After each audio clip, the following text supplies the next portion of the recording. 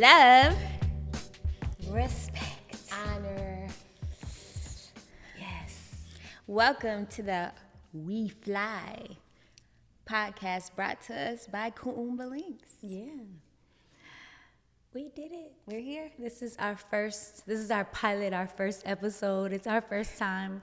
We've been talking about this for a while. Mm-hmm. A lot of folks have been encouraging us to get behind these mics and share 28 years of being my sister in this. So we are two of the three founders of Kuumba Lynx.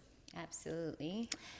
We're here in Chicago, based in Chicago, and have been just committed to curating beautiful, brave spaces for young folks in their communities to get free.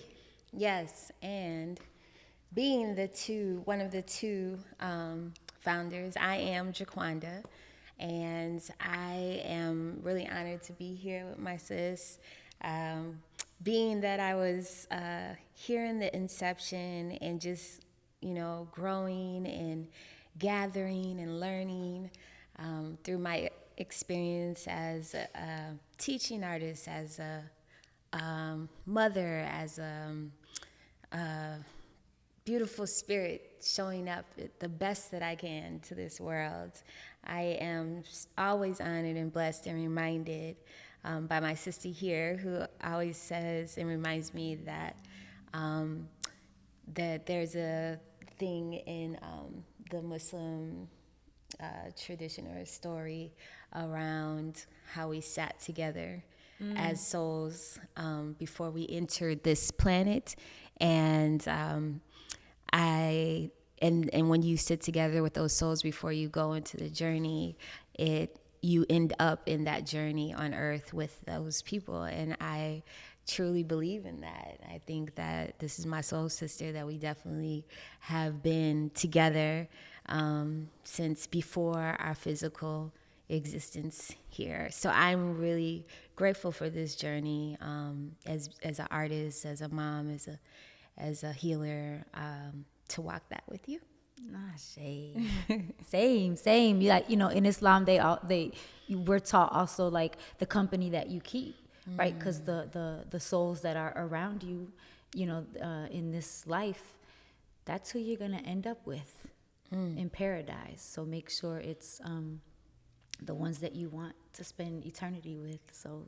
Ashe. For sure. I'm for that. I can't get rid of you, is what you're saying. No, we in it forever and ever and ever. 1996 is when we came together. We started all this. Amp mouth. I could get loud. Fix that. But we've done so many collaborations. And I think we one for me that is special. It wasn't the midpoint. We're 28 years in. But it was about 8 years ago. It was a project that came that just felt right for us to kind of recenter and re-anchor. Mm-hmm. And it was our coloring poetry book. Yes. Called Feelings, right? Let's talk about the genesis of Feelings, because I feel like there's a lot. There's the feelings, our feelings. There's the play on art that has been such a part of Kuumba Lynx since its inception, graffiti art, and this concept of the fill-in, right? Which is, a fill-in is not just the lettering or the outline, right? But it's like the colors and the beautiful like boldness that goes inside of that like outline, right? And then there's this concept of like us literally filling in where the state has failed us, right? Bringing all of those kind of resources and having each other, recognizing that we all are the remedy, recognizing that, we got each other, and like doing that, whether that's doing that extra mothering, whether that's, showing up in whatever ways, like being ready, being the soldiers, being the the folks to do that, being on the front lines. Yes. But this, so there's just so many pieces to this. Like, what do you remember, or like what where are you at now when you think about this project that you and I embarked on? Which, yeah. Yes, I mean, I think it came at a really wonderful time, actually, in our journey. We were coming off of, I think, maybe the sixth win as Chicago Slam team poetry coaches, and our teams had, brought in those wins, and we were just looking at like the excellence that was being produced at the time, and really just thinking about like the reflection of that excellence on ourselves as being artists in Chicago, as being, poets, really. The journey of Kuumba Lynx started in poetry, in performance poetry, with Jacinda and Lady Soul and myself, just as a trio on the stage and open mics. And, as we continue to grow and really teach and teach, the art of writing and then the art of performance, a lot of times we just pour it all out to our youth, and I think at that point it was like I think you had a beautiful way of saying it was like a midlife reckoning of where we are as artists in Chicago and educators, right? Mm-hmm. And I think that this book really came at a time that we needed to tap back into our own healing, and the work that we did as poets as in 1996 was really about our healing. Yeah. We sat together and held each other through some really tough times, some trauma that we had as youth, and as well as just learning how to be 20 and 21. Like the 20s are crazy, so it was just like such a blessing to have a tribe to say, how about let's put this energy of angst, this energy of everything being new, of not knowing where we're going with things, and let's put it into our art, to our writing, to a way to allow ourselves to breathe and heal. And so I think fast forward, when this book came out, we were moving and we were doing a lot of things. We were traveling out of the country with the youth and winning slam teams and actually building out full hip hop theater productions. Mm-hmm. We just needed a moment to kind of water ourselves, Yeah. I love this idea of beauty being the fill-in, right, in the graffiti world. And I think that our beauty, I was thinking about this purple flower that's on my porch that is so beautiful. And I'm running past it all, day after day after day. And I start to see it lean over and limp a little bit, and when I watered it, I came back the next day and it was strong again. And I think that that's reflective of us in that moment of feeling a little bit still beautiful, because we still out here. Yeah. We didn't go nowhere. We're still doing it, but we're a little limp, in that moment. And when we wrote this book, I felt us sprout right back up. And I think that's kind of always the journey of the artist, right? Yeah. Just getting to a place maybe of stagnancy, or getting to a place of feeling what am I doing? Does it matter? All those questions you have as an artist. But it's really important to remember, one, that art is just God's glory. That's God is the greatest artist, right? And we're a reflection of God. So it's not, like I said, gonna go anywhere, but sometimes you do need to water it a little bit. I think that was us watering it. Yeah, I feel it. I think I remember because the book is a coloring poetry book, right? And so I remember like even us deciding what was gonna go in the book, it was almost not as important as just recognizing the idea of just making space to go back into yourself, right? Because you hold space in so many ways for folks, and like your healing journey doesn't end because you are supporting someone else's journey. Yes. And so a lot of these, like the whether it's poems, rhymes, prose, they were about things that we were going through in the moment. Some of the pieces, and then there's pieces of like that even go back, like, and it's like a blind spot, but it may be a piece from our childhood, that's something that we're still negotiating for ourselves, and trying to like make sense of. And so I think for me, it definitely was that moment of like, yes, I need space for myself, and it's not necessarily that it's the best of the best, like art. It wasn't, because we were so used to being on stage. Yes. Like improvising, like theater, like in the moment, writing for a particular show or a particular time, like something was happening, in the world. And a lot of this work is not, this is the surprising thing for, I think, a lot of folks, right? Because they thought, oh, Kuumba Lynx has a book. It must be the youth. It must be the shorties. But actually, any work in this book is not necessarily about KL. It's not, there's no memoirs.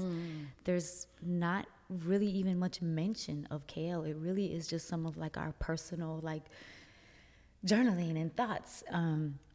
And yeah, so needed, particularly, right? And you could talk to me about this, right? Because I think of it often like, you kind of said it without saying it.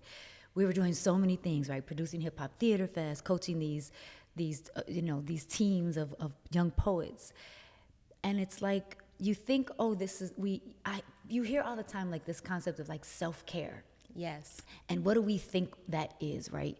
And folks have like, it's kind of been co-opted. So it's like, go to the spa, get the lotion, it's all these things. It's a lot of things you can buy. And I really think of this project as a self-care project.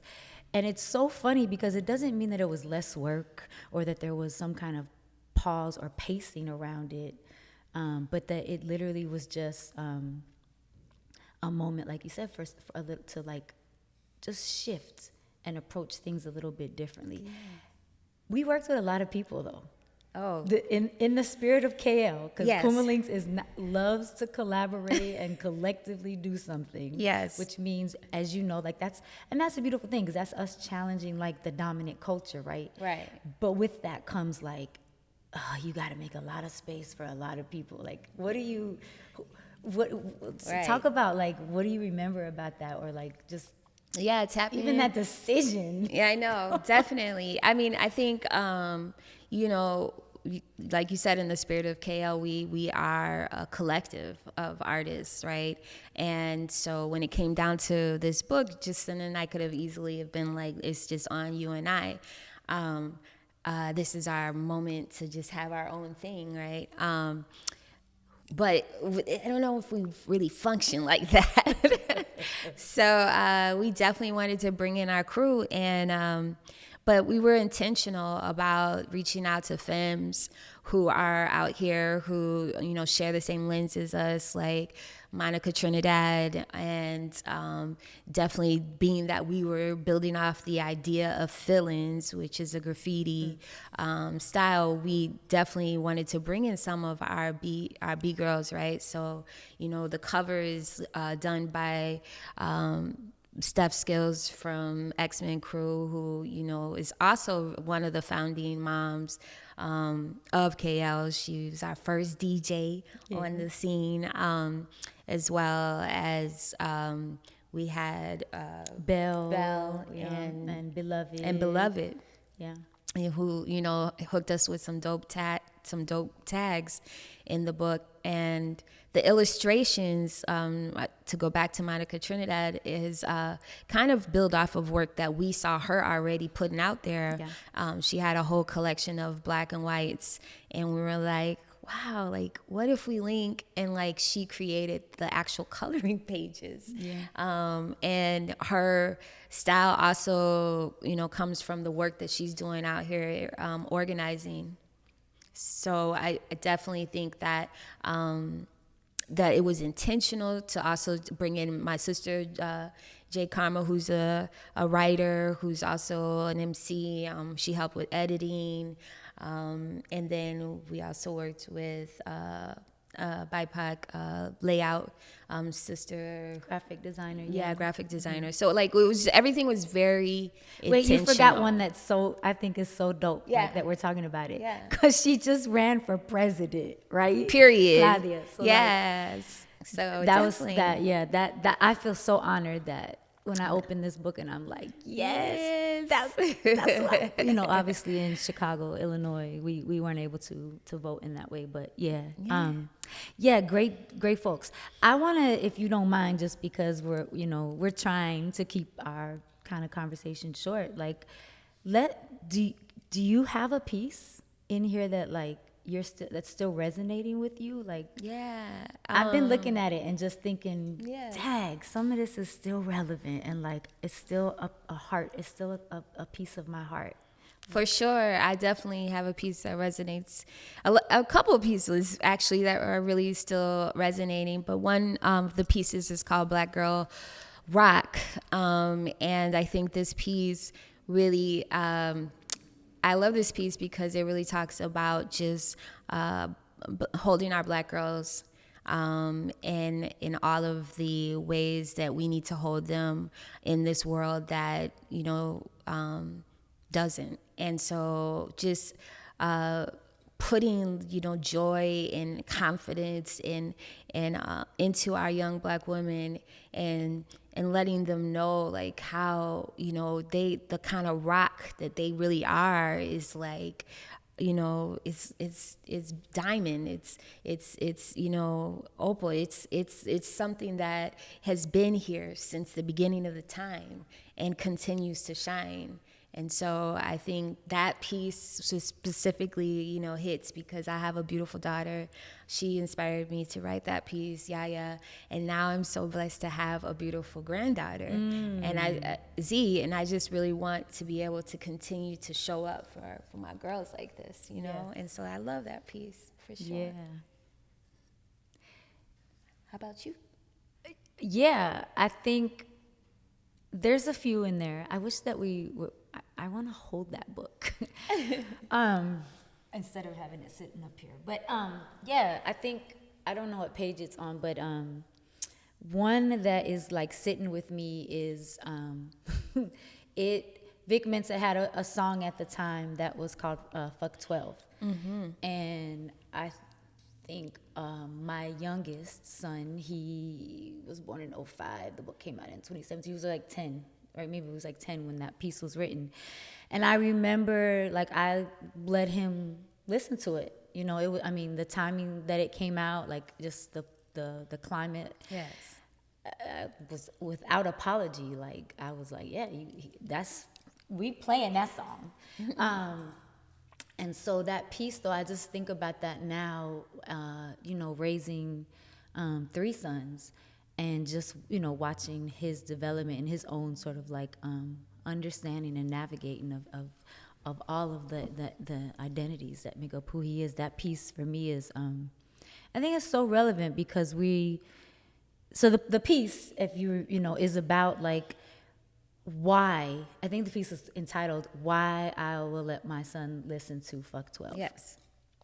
And it's just like, you know, again, like just like unraveling like all of the reasons why not only will I let you, but I'm encouraging you to like have a point of view, take a stance, right?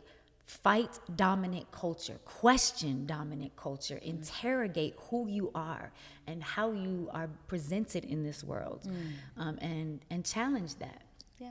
And so, you know, I think it's still, because, you know, he's now 19, about to be 20, and that's still my prayer for him. That's still my encouragement for all of them, but like for him specifically, that poem was written. And yeah, I think, and I think when we're thinking about the space that we hold for young people, right? Yes. You're talking about this piece that was written for Yaya, right? This is your daughter. I'm talking about a piece that was written for Askia, who's like the youngest of my sons. It's so interesting, right? Because these are really like personal, like odes to our children. And yet we're holding space with so many young folks across the city with the same intention. Yes. You know? Yes. Yeah. Well, I definitely think that, you know, this book can live beyond. I mean, we already seen a little transformation of it, specifically around going from page to stage, where we are doing a hip hop production around this book. And I'm really interested to see how it continues to like manifest and re-manifest. So I hope that we can get to a little bit more about what's going on in the book in its stage form when we come back for our next episode. Yeah. Okay, so now that we have touched base a little bit to what's going on in this Feelings, Put Some Respect on It book, you know, we really want to recognize that this book has been an opportunity for us to really tap into our community, really see how, you know, the work that we're doing is continue to grow and expand, and how it looks, you know, to just be able to heal ourselves again through completely, you know, going back and understanding the things that, you know, built us up and brought us to this point now. So I'm excited that we're like going back to this work and really seeing how it resonates with us. And I really hope that y'all come back and visit us so that we can continue this conversation. Yeah, I'm here for episode 2. A deeper dive into feelings, put some respect on it. We Fly is a podcast curated and produced by Kuumba Lynx. Hey, you. We're using this platform to talk about the work that has been taking place for 30 years in this little old Chicago arts and culture, healing arts space that we call Kuumba Lynx. Ashe. Hey, what you got in your hand? Yo, I got this really cool poetry coloring book. I'm gonna flip through some pages. Why don't you tell the folks where they can get one of these? Well, you could definitely get one of these Feelings, Put Some Respect on It poetry coloring books at our website, www.kuumbalinks.com. Make sure you join us for episode 2 of Feelings, Put Some Respect on It. It's gonna get juicy.